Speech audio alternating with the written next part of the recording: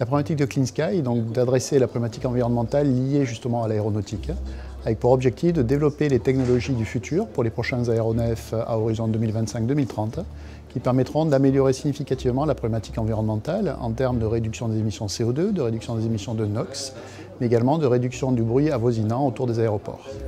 Clean Sky 2 en fait est un programme doté d'un financement de 1,8 milliard d'euros. C'est ce qu'on appelle un partenariat public-privé, cofinancé à la fois par la Commission européenne et par les membres contributeurs à Clean Sky 2. Clean Sky vise donc à travailler à la fois avec des industriels, avec des laboratoires de recherche, des académiques et également avec des PME. Donc Dassault participe au projet Clean Sky 2, on fait partie des principaux partenaires de ce projet et en particulier est intéressé par ce qu'on appelle un CFP, un Call for Proposal qui s'appelle Canoble, dans lequel il s'agit pour nous en fait, d'améliorer notre connaissance de la problématique du bruit de couche limite et d'avoir des informations qui nous permettent de valider toute notre chaîne de calcul, de la source jusqu'à la mesure à l'intérieur de la structure, donc dans la cabine et dans le cockpit. Et ça, c'est dans l'intérêt pour nous de réduire la signature acoustique et interne de nos avions Falcon.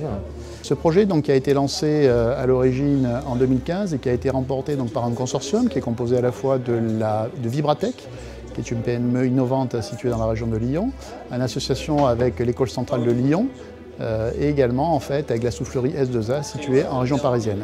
On a regroupé des compétences qui viennent du monde scientifique et on a la chance d'avoir des bonnes relations avec l'École centrale de Lyon, qui a un laboratoire de mécanique des fluides et qui apporte tout son savoir-faire scientifique. Dans le projet Canoble, financé par Clean Sky, on s'intéresse au bruit de cabine. Donc le bruit de cabine, c'est le bruit qu'on perçoit à l'intérieur d'un cockpit qui est généré par un écoulement affleurant à l'extérieur.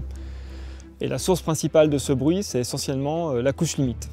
Donc dans ce projet, on cherche à caractériser la source, qui va être la couche limite, la transmission au travers de l'habitacle, et puis le bruit qu'on perçoit à l'intérieur du cockpit lui-même. La Centrale de Lyon est intervenue sur le développement de l'instrumentation externe, donc des microphones de paroi, afin de fournir à Vibratech la donnée d'entrée nécessaire au modèle de vibroacoustique, qui est l'excitation des surfaces. Un des objectifs du projet était de développer une instrumentation fine qui puisse être installée rapidement sur la paroi d'un avion.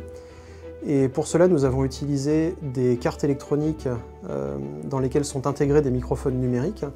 Et l'ensemble est de très faible épaisseur, environ 2,5 mm, support compris. Cette installation permet également de valider les modèles de vibroacoustique qui permettent de faire rayonner une surface vibrante et donc de mesurer et de prédire le bruit de l'autre côté. Donc cette expérience représente, de façon simplifiée sur une plaque plane, ce qu'il se passe sur un vitrage automobile ou sur un fuselage d'avion. Cadre de Canoble avec Vibratech et Dassault, la plus-value de notre installation réside dans le fait que l'on peut atteindre des hautes vitesses de Mach 0,8 dans une section environ de 20 cm de diamètre. Et cette vitesse de Mach 0,8 correspond à la vitesse d'avancement d'un avion en vol de croisière. L'ingénieur aujourd'hui doit prendre des décisions, de conception, donc en avance de phase et être capable de pouvoir concevoir l'avion du futur. Donc pour cela, il faut développer des outils numériques précis, basés sur la physique toujours. Et donc l'idée derrière, c'était d'exploiter la technologie du supercapteur pour pouvoir apporter à l'ingénieur des moyens prédictifs et décisionnels d'aménagement des cabines d'avion. La conception numérique, elle implique plusieurs physiques. La première, c'est l'aérodynamique, évidemment, qui va venir impacter le fuselage. Ensuite, on intègre la mécanique, donc le déplacement de la structure avion. Et puis ensuite, l'acoustique, c'est-à-dire la manière dont le bruit va se propager dans la cabine de l'avion. Et c'est l'ensemble de ces trois physiques qui permet aujourd'hui d'avoir un outil prédictif pour le bruit cabine. Donc une fois qu'on a maturé les technologies dans les laboratoires, et puis à Vibratech, on s'est donné les moyens en fait, de valider ces technologies. On utilise l'échelle TRL. Dans ce cadre-là, on a fabriqué une maquette échelle 1. On a donc installé cette maquette échelle 1 dans un environnement d'essai représentatif à la soufflerie S2A, qui est une grande soufflerie industrielle, réputée pour ses caractéristiques, qui permet d'accueillir ce type de grandes maquettes, on parle de 10 mètres de long. Je suis occupée un peu de manager, de coordonner tout le projet, mais plus côté Dassault, de vérifier en fait que le consortium répondait un peu à ce qu'on avait demandé et de faire en sorte qu'on leur livre toutes les formes aérodynamiques qu'on devait tester, tout ce qui est structurel et faire en sorte que tout se passe bien en fait, des deux côtés, qu'on communique comme il faut et que le projet aille jusqu'à aujourd'hui, jusqu'aux essais. Sur cette maquette, on a quand même beaucoup d'instrumentations différentes. On a la vibration et tout ce qui est mesure extérieure.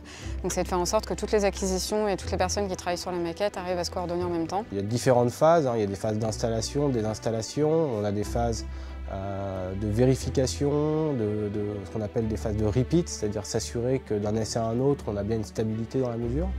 Et puis ensuite, on a aussi la possibilité de faire découvrir aussi ce type d'essai à de nouvelles personnes, de démontrer en opérationnel comment se comporte la technologie. Pour les essais, tous les acteurs étaient présents avec des rôles bien précis pour piloter les différentes technologies, pour apporter les différentes connaissances et compétences sur les essais proprement dit. Donc au final, c'est une quinzaine de personnes, à savoir que c'est sur des créneaux qui sont assez longs, donc on parle d'une douzaine d'heures d'essais en cumulé. On a déployé ici toutes les technologies et le savoir-faire qu'on a travaillé pendant 2 années, ce qui nous permet aujourd'hui d'avoir des résultats et une base de données de validation à un niveau TRL5.